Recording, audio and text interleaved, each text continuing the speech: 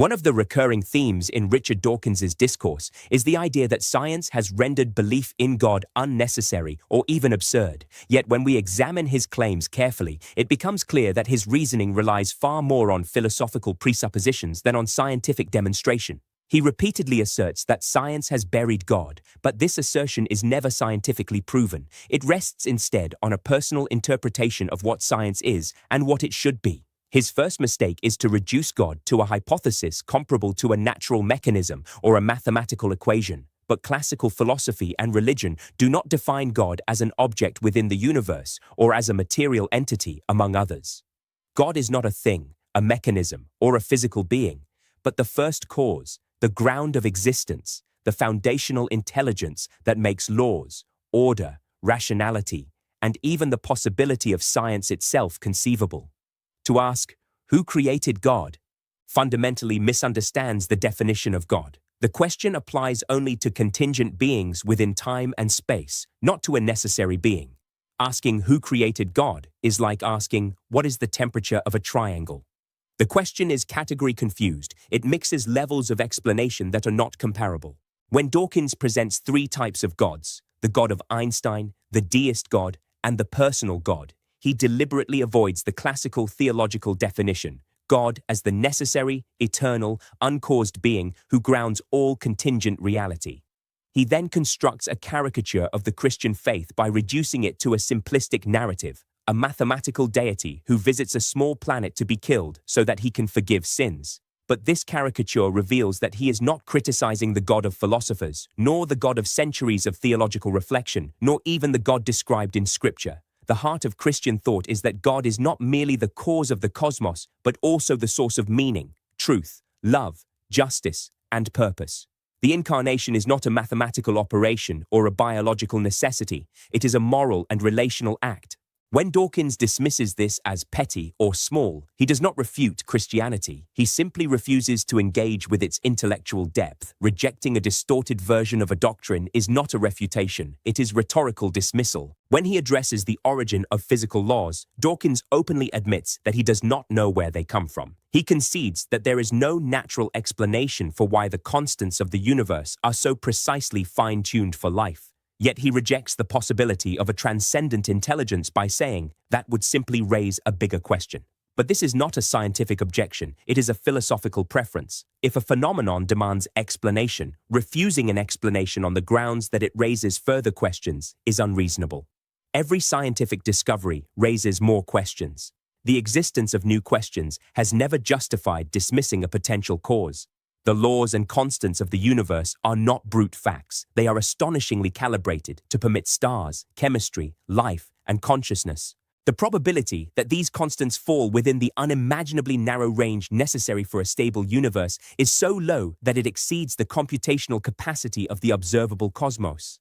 This is where Dawkins invokes the multiverse, an undemonstrated, unobservable, unfalsifiable, and purely speculative hypothesis, far more metaphysical than theological. The multiverse functions as a kind of naturalistic leap of faith. Since intention must be ruled out, one must multiply universes endlessly to make randomness remotely plausible. But the multiverse has no empirical foundation. It is an attempt to avoid the implications of fine-tuning. Thus, while Dawkins accuses believers of magical thinking, he himself invokes an entity infinitely more improbable than God, an infinite ensemble of invisible universes whose existence no experiment can ever confirm. Belief in God is rational. Belief in an eternal, unobserved multiverse generating universes at random is closer to modern mythology. Dawkins then insists that Darwin removed the need for a creator to explain life, but this claim is doubly incorrect. First, Darwin does not explain the origin of life, only the diversification of species once life exists. The emergence of the first living cell remains one of the greatest mysteries in science. Second, Darwin does not explain the existence of the fundamental conditions necessary for natural selection: time, matter, energy, information, reproduction, chemistry, and the laws that allow these phenomena to coherently function. Ignoring these deeper foundations is not scientific. Dawkins uses Darwin as a rhetorical bridge. If Darwin explained biology without God, then cosmology will explain the universe without God. But this is a logical fallacy. Biology studies contingent living beings. Cosmology studies the conditions for the existence of everything.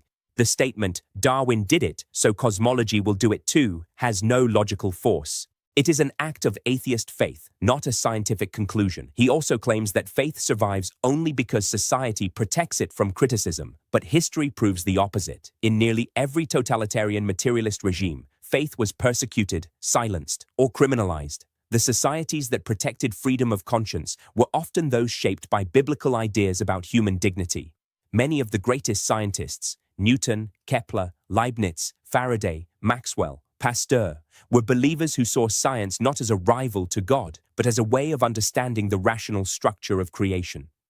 Science and faith were not enemies. Faith gave rise to the very expectation that the universe would be intelligible. Declaring that faith is incompatible with reason is historically false. When Dawkins attacks the Bible as violent or immoral, he again ignores context. The Bible is not a monolithic law code, but a library containing history, poetry, prophecy, parables, wisdom literature, and narrative. The violent episodes he cites are descriptive, not prescriptive, and occur within ancient historical contexts. Dawkins reads scripture exactly like the fundamentalists he claims to oppose, woodenly, without genre awareness.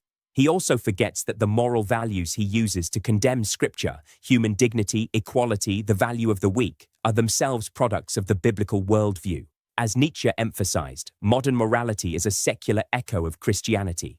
To judge the Bible by appealing to moral concepts rooted in the Bible is to saw off the branch on which one sits. When Dawkins says atheists know the Bible better than believers, he confuses surface familiarity with deep understanding. To read a text merely to find contradictions is not to comprehend it. Theology exists precisely because interpretation requires intellectual rigor. One would not claim to understand quantum physics after skimming equations. Religious texts require interpretation, linguistic analysis, contextual understanding, something Dawkins refuses to engage in. It is like someone reading Shakespeare literally and concluding that the plays are incoherent. Finally, when Dawkins concludes that science will progressively replace religion, he confuses domains. Science addresses the how, religion addresses the why. Science explains how the universe functions. Religion explains why it exists, why it is intelligible, why consciousness and moral experience exist, why humans seek truth, meaning, and purpose. Science cannot explain the origin of laws, the existence of moral value, the nature of consciousness, the reality of the self, or the ultimate origin of being. Science answers crucial questions, but not the deepest one. Why is there something rather than nothing? What Dawkins presents as the courage to face the cold truth is not a scientific truth, but a metaphysical interpretation of the universe that lacks empirical support. He himself admits that we do not know the origin of matter, energy, laws, consciousness, or life. Yet he imposes the dogma that God is not an option. This is an act of faith, not evidence. And ironically, those he accuses of superstition are often more open to the complexity of reality than he is. Science has not buried God because God is not a competing hypothesis within the universe. God is the ground of the universe. God is not a scientific theory. He is the condition that makes scientific theories possible. God is not the explanation for a gap in knowledge. He is the explanation for the intelligibility, order, rationality, and existence of the world. Science reveals how the universe works. Faith reveals why the universe exists and why it is comprehensible at all. The two are not enemies. They illuminate different dimensions of reality. And when they are understood correctly, they do not contradict one another. They complete one another in revealing the depth, richness, and wonder of existence.